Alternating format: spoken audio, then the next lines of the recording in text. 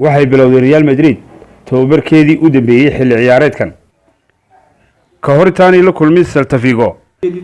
oo ay kula kulmi doonto Bernabeu wareegii 7-aad ee La Liga halkaasoo wariyay Yusuf Ciisood noogu soo tabiyay dhaqdhaqaaqadii ugu dambeeyay waxaanu yidhi waa caynka xaalka liigaga xilli hore lagu kala guuleysto iyadoo inta badan aanay ka dhicin La Liga xaaladda noocaasiya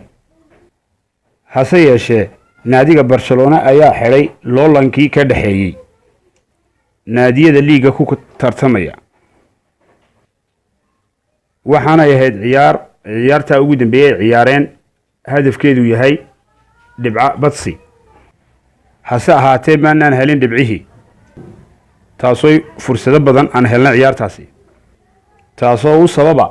xilli ciyaareedka xilligiisii hore aan dadaal badan ku muujin oo soo saarin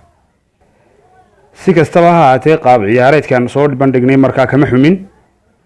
iminkana ciyaarta maanta ciyaari doonaana ee Celta Vigo waa ciyaar saaxiibtinimo bayna la mid tahay aad baan ugu xumay ciyaartan sababtoo ah waa ciyaartii ugu dambeysay ee garoonkayga Bernabeu aan ku ciyaari doono Liga Isbaaniska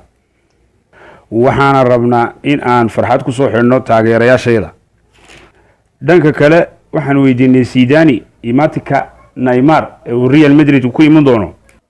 waxaana ahayd jawaabtiisu mid aan macquul ahayn nuxurkeedu waxba kama ogi madaxda naadiga iyo Neymar in wada hadal ka dhaxeeyo